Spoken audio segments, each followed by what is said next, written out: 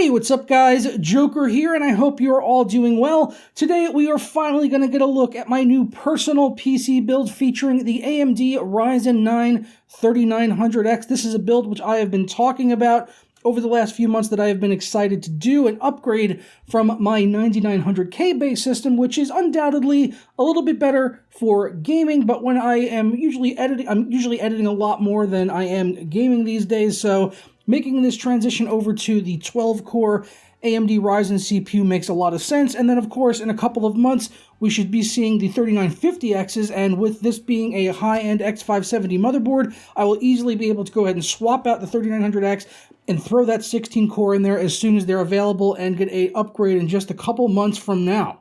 But first, today's video is brought to you by LevelGo.com, where you could save money on games for all of your favorite platforms, as well as software like Windows 10 Pro for under $16, Microsoft Office 2019 for $80, and Microsoft Office 2016 for under $40. And if you use my coupon codes at checkout, you can save an additional 22% off of Windows 10 Pro or 16% off of any software you pick up over there, or now you can get 3% off of the entire website with the code PDS3 at checkout, so be sure to use these coupon codes with the links down in the description below.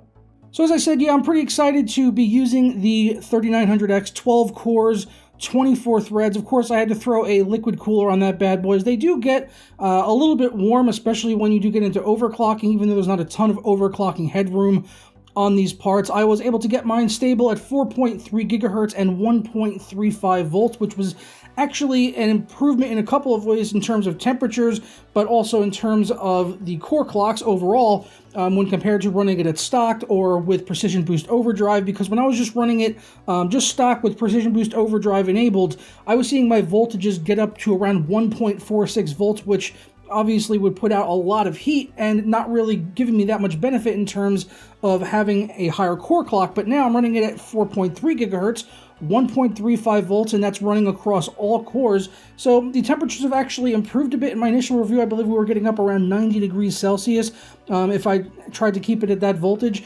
But now I'm running around 80 degrees Celsius under full load and around 60 degrees Celsius while gaming, as you'll see here in some of this gameplay on Rainbow Six Siege. And that's running on a Fractal Design S24, which is a $120, 240mm water cooler.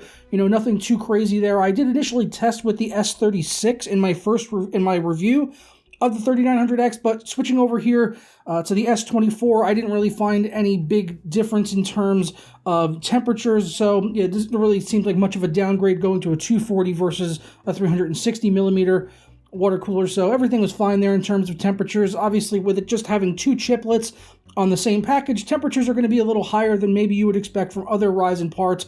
So that's why we're seeing, even under full load here with a water cooler and having the voltage down lower than what it was at stock, we're still getting up around 80 degrees Celsius when I'm under full load and rendering out a 4K video. But that's really what it's all about for me, is rendering out those 4K videos, and I have definitely noticed about a 25 to 30% performance improvement roughly compared against my 9900K, and I do want to do some more benchmarks with that in the future. I do want to do a gaming battle and also talk about rendering and stuff in a future video where I test my old system versus the new system and really see what the differences were there for games as well as multi-threaded workloads, which obviously I take advantage of quite a bit. For the motherboard in this system, I went with the ASRock X570 Tai Chi board, which is one of the nicest looking X570 boards that you can find out there. It's retailing for $300, so this is definitely a high-end board with all the bells and whistles that you would hope to get on an X570 platform. This was provided out by AMD along with my review units. They sent two motherboards in total, this as well as the Gigabyte X570 Aorus Master, and I just ended up going with this in my system because I really liked the way that it looked. The silver and black kind of worked in everything with this. Actually, the Aorus Master is silver and black as well. I honestly could have gone with either one, but I believe this one had a few more connectivity points on the back, which led me to using it, and also the layout of the motherboard itself was a little bit better in terms of cable management, and I was kind of trying to picture everything ahead of time and how I would route all the cables, so that's kind of why I ended up going with this board, and so far I've been very happy with it. Of course, you'll no doubt notice by now that it is running an RTX 2080 Ti, the $1,200 Founders Edition graphics card, which is coming directly from my 9900K system. I've been using this card ever since it came out. I game at 4K, 120Hz, so it just makes a lot of sense for me to be using the most powerful GPU that I possibly can in order to be able to push all of those pixels, and the 2080 Ti does that for me very, very well. There has barely been any games where I've actually had to lower some settings. There's been a couple, like maybe they had like one option that I had to drop down a little bit, maybe lower down anti-aliasing, which you don't need as much at 4K anyway. So yeah, for the most part, this card has just been absolutely stellar for me, and pushing every AAA title that has come out since its launch and being able to play games at over 60 frames per second. So love the 2080 Ti. I don't really use the ray tracing features at all in any of the games that I play. I'm much more likely to just play the vanilla experience, 4K, HDR, and everything turned up to the max. It's just kind of how I like to play games. So for that, the 2080 Ti has been absolutely beautiful. And being that I am a video editor, there are a couple of things that I had to do with this build that maybe you wouldn't have to do if you were building a system just for gaming. For starters, you probably wouldn't be using a 3900X, as you could easily use a 3600 and get equivalent gaming performance on a 6-core 12-threaded processor. So this is really built for multi-threaded workloads, and the rest of the parts in here kind of reflect that, as I'm using 64 gigabytes of Corsair Vengeance RGB Pro system memory. That is a 3200 megahertz kit. It retails for around $350 if you could find it. I had a little difficulty finding this exact kit, as well as at this exact speed and everything like that. I found a black kit, which was 3200, but I had a little trouble finding the white kits, which were 3200, but that's basically what I'm running here, and the 3200 megahertz worked absolutely flawlessly, which I cannot say for some other RAM which I've tried out. I tried 3 different kits of G-Skill RAM. I believe it was Trident Z, the Royal, and then the Ripjaws memory, and absolutely none of those worked with their XMP profiles at all, so you'd really have to get in there and manually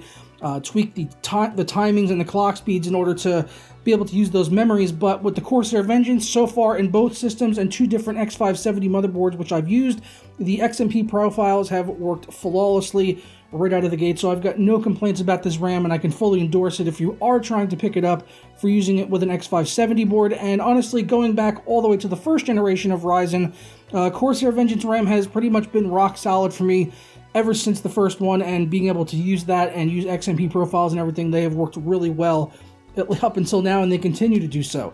Also, since I am a video editor, I need some really fast storage, and that means PCIe 4, baby. That's right. In here, I have a Gigabyte Aorus NVMe drive. This is a 2 terabyte Gen 4 drive, which was also provided by AMD along with the reviewer's kit. I believe every reviewer got 2 motherboards, the 2 CPUs, and also some RAM, and then also this 2 terabyte NVMe drive, which honestly was the most exciting thing for me to get, because it's hard to get storage out of some companies sometimes, let alone 2 terabytes of NVMe storage, and let alone even further, 2 terabytes of PCI 4 storage, which is capable of doing over 5 gigabytes per second on the read and write. Now, of course, these things are extremely pricey as they're new. They retail for $459 right now, so they are super duper pricey. They even come with their very own heatsink, which I opted not to use because the motherboard has one built into it already, and I don't have these heatsinks for every single slot, and I'm going to be using more than one M.2 drive, so it just made sense to use the built-in heatsink that comes on the X570 Tai Chi motherboard from ASRock.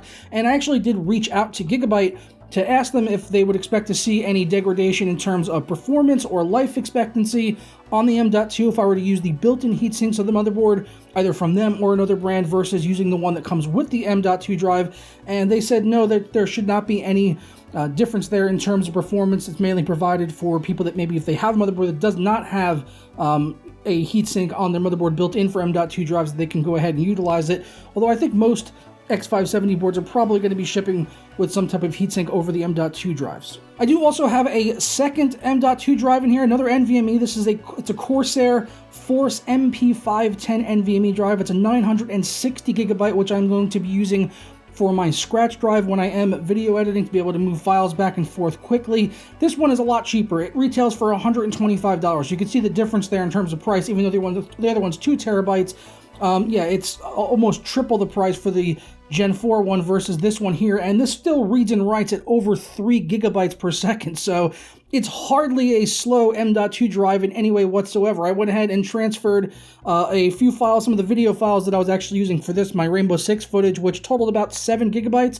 I transferred that over from the gigabyte drive over to the Corsair NVMe drive, and it literally took 2 seconds. It was like you blink and you're going to miss it. It was writing at 3 gigabytes per second, 3 gigabytes per second. That's a read and write that I've never seen on a system before. Usually I'm seeing a few hundred megabytes. If I'm lucky, maybe 400 or 500 megabytes on an SSD to another SSD.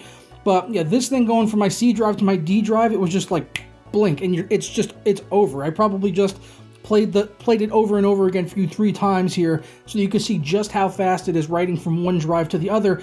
And of course, if I'm writing from, you know, my PCIe 4 drive to the PCIe 3 drive, I'm going to be limited to whatever the max speed of the PCIe 3 card is.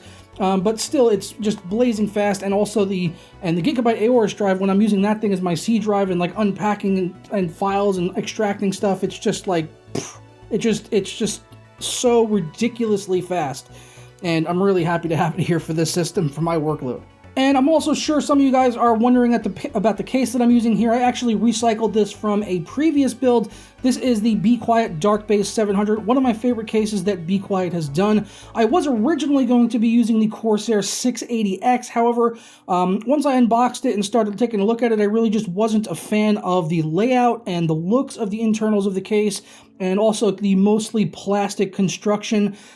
Just really wasn't a big fan of it, and then also the fact that it comes with an RGB controller and fan hub, which unfortunately uses connectors that are only used by Corsair. So if you want to use any more RGB fans that aren't already included with the case, you basically need to buy into their ecosystem and get all Corsair RGB fans. And I just really didn't like that. It left a bad taste in my mouth. So I was just like, you know what? I'm not going to use this case. I'm going to go ahead and swap it out. I'm going to switch over to using the Dark Base 700, which I've built in before. I really liked it, and I also had a nice set of black, gray, and white cables, which would kind of tie everything together anyway, even though I was using white RAM here, which probably figured that's why I was using that, is because I was going to use the white 680X case. But yeah, having the cables that I had here with the white highlights and everything like that, I think the color scheme ended up getting tied together really well. And as I said, I really like this case. I like the power supply shroud that covers everything down in the basement to keep it nice and tidy, and there's tons of space on the backside and places to be able to tie down your cables and keep everything clean and as tidy as possible, even on the backside of the case, especially when you're running sleeved cable extensions like I'm using here, one's from my buddy over at Waz Mods.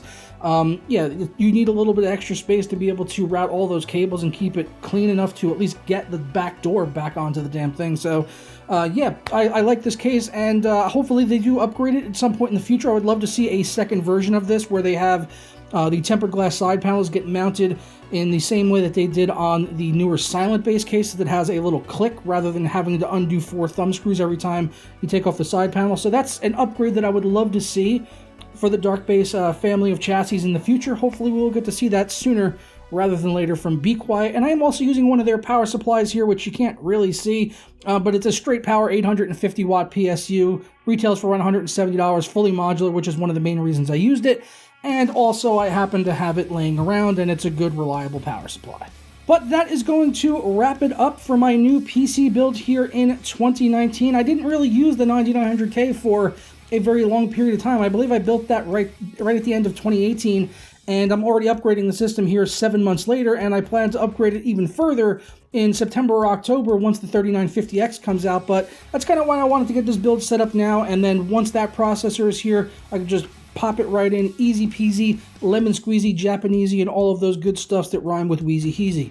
So I'm going to go ahead and get out of here. As always, links to all of the parts will be down in the description below if you do want to pick up anything for this build. I don't know the total price off the top of my head, but I'll go ahead and calculate and put it on the screen right here. I'm sure it's quite a bit, as we've got a $500 processor, we've got a $1,200 graphics card in there. This thing is definitely going to be in the neighborhood of probably $3,000, I'm guessing. So yeah, it's a pricey system, but it definitely fits my needs for 4K gaming and content creation. And for all those things, I don't think there's really much better build out there that you could really do right now for that stuff if you absolutely need to have the best of the best. So that is what I'm using it for, and that's why I went with all the parts that I went here. Let me know your thoughts down in the comments below on the build. If you would have done anything differently, used a different case, different parts, whatever. Leave it down in the comments below, as I love reading your guys' suggestions and feedback as always. And I do appreciate it when you guys like, comment, subscribe, and ring that notification bell. And I'll see you tomorrow for another video.